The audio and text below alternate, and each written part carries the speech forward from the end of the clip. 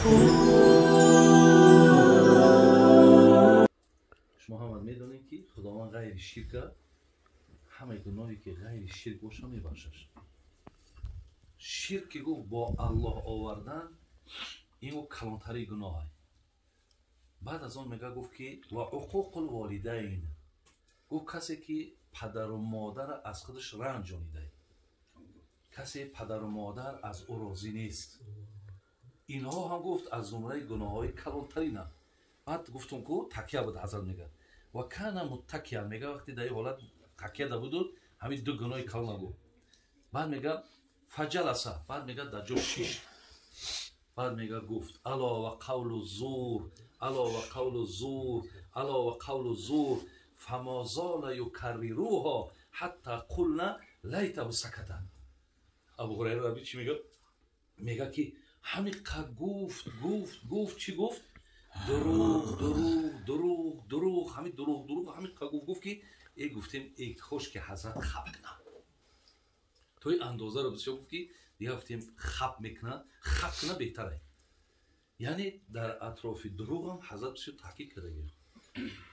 دروغ میگیم که خیلی دروغایی که میگیم گفتیم برادری ما همین وعده هم حسابی دروغه یاخی وعده میتیم برادر بعد یا بید خیلی کارا بود میکنیم سو پاگا بیو ایشالا کار بوده همین از 3 روزگاه مولاتم بته میشه همین دروغ کشید. پیامبر گفته که این بزرگترین گناه است. بزرگترین گناه همینه. همین خیلی از این چیزا اگر اجتناب کنیم ولی گفت بابایشون هم که یکی 4 نشانه منافق 4 نشانه داره. هر کی زبانش دیگر و دل دیگره منافق میگن. زبان دیگره دل دیگره یا را منافق میگن. و منافق قرآن میگه فی الدرک اسفل من النار، در پسترین عذاب از جهنم منافق ها هستند. منافق 4 تا چیز، یکی سخن میگه دروغ میگه، وعده میکنه وفا نمیکنه، امانت میمانی خیانت میکنه، 4 و اذا خاصم فجره، هر گاهی که جنگ کنه حقارت میکنه. همین 4 نشانه گفت در کسی جمع شید اینا منافقی کل میگن. اگر یک تاش در کسی باشه یک نشانه منافق داده هست. این یکی از نشانه منافقه.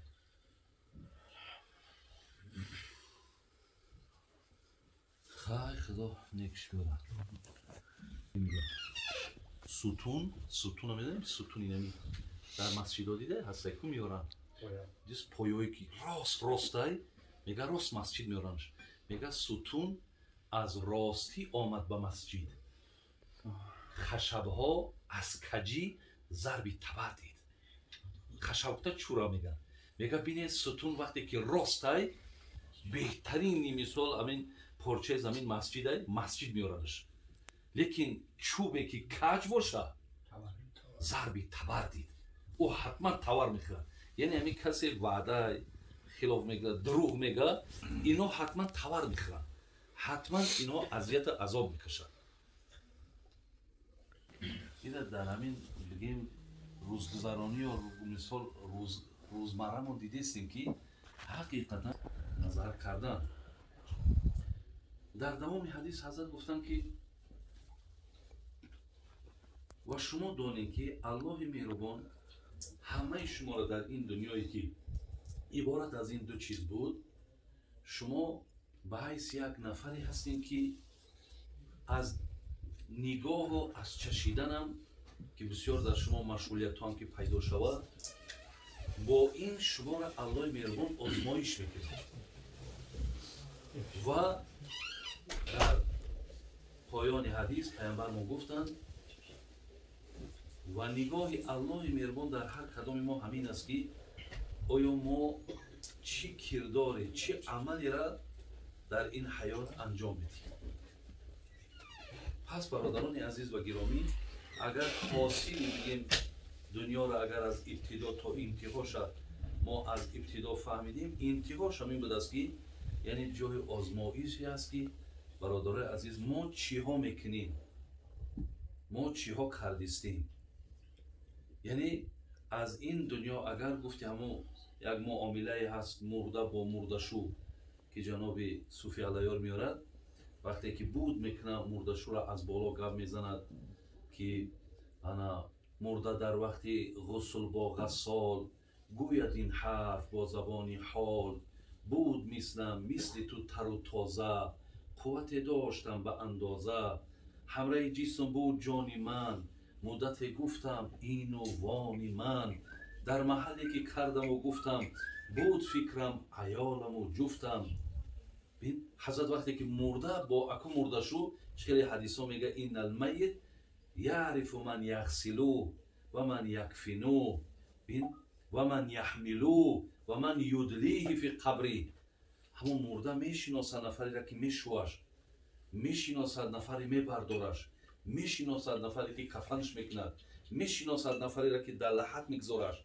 ابو سعید خدری میاره حدیثه، یعنی همون با مرده شو گفته استای بعد چی میگه پایانده؟ بعد میگه تو که الحال زندگی داری ما را میگه که و حالا تمام مقصد چیزی بود نبود دیگه تمام شد. تو که الحال زندگی داری مؤمنی نام بندگی داری واقف حال خیشتن باشی قبل از اینکه مثل من باشی پیش از آنه که مثل من میشویتم. برادر این روزه هست که ما هم این دنیا را پدرود میگیم، ما هم مثل همون نیازی به اوزی من نیاز به مردشو ندارم، خودم دست دارم مثال عقل دارم، لیکن زمانی میشه که نیازی به او پیدا میکنیم و ما هم اونها را با گوشزد میکنیم که مقصد واقف حال خیشتن باشی، یعنی هشت در سرت بگیر برادر عزیز و گرامی. یعنی حقیقتا ما باید که بیدار باشیم. با زیرک میگن، پیامبرم زیرک میگه زیرکترین امت ما کسی که بیشتر مرگ یاد میکنه یا زیرکای امت من. امروز زیرک امت اگر مثال بیشتر در دنیا مشغولیت داشته باشه حضرت زیرکا را این خیلی معنا کگه. پس برادران مقصد چی بود؟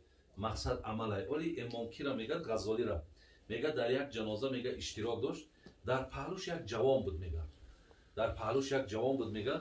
بعدا میگه طرف جوان گشت و گفت که اگه در پیشون تابوت مرده ایستادگی، گفت اگر همین انسان خدا زنده کنه آیا همین با چی کار مشغول میشود؟ جناب امام غزالی اگه یک جوان سوال کرد در پهلوش بودگی، میگه اون جوان گفت که حضرت گفت من گمانم میگه که اگر همین آدم زنده شود هر آینه گفت تمام کارهایی که مقصد بر علیه او است بر ضرر او است همه را ترک میکنه و همیشه پایبند عملهای صالح میشه. بعد امام غزالی گفت که آفرین، گفت آفرین، احسن گفت، لیکن بچه من یک گپ میگم این دیگه زنده نمیشود، ولی با اون چی گفتی خودت پایبند باش. ولی توی دیگه زنده نمیشوی، لیکن بهترین گپ گفتی خودت پایبند باش که این زنده نمیشود دیگه. بله برادرای عزیز و گرامی، ماها حاضر باید شکرگزاری هم کنیم که این تری رئیس وری الله خیرش دیاد یک جمع آمدن میکنن، سه چهار برادرای دعایی و دعوتگر دعوت میکنن، با اینجا نفرهایی هستین که گوش میکنین، شما علاقه معلومات دارید، یعنی شما میدونین که میمبرین، میدونین که مقصد خانه قبر چی احوال داره، همه میره علاقه معلومات دارید. برای این معلومات داشتن تون علاقه برای شما اینم یک دادی خدا است که شما علاقه معلومات دارید، یعنی باید آمادگیتون رو ببینید.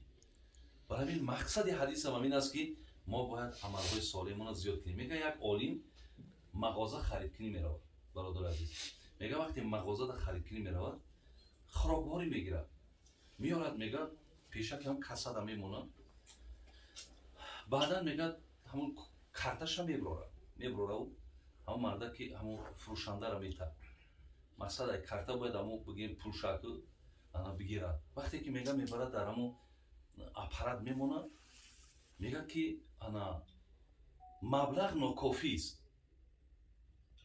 صدای سیستم هم خیلی میبره. این ولی میگه خیلی میگه من خرید من یاد دارم 3 برابری خرید من در مبلغ. بعدا میگه خواهش میکنی یا بار دیگه بر همیره این دو میبرد که میگه که رمز خطاست.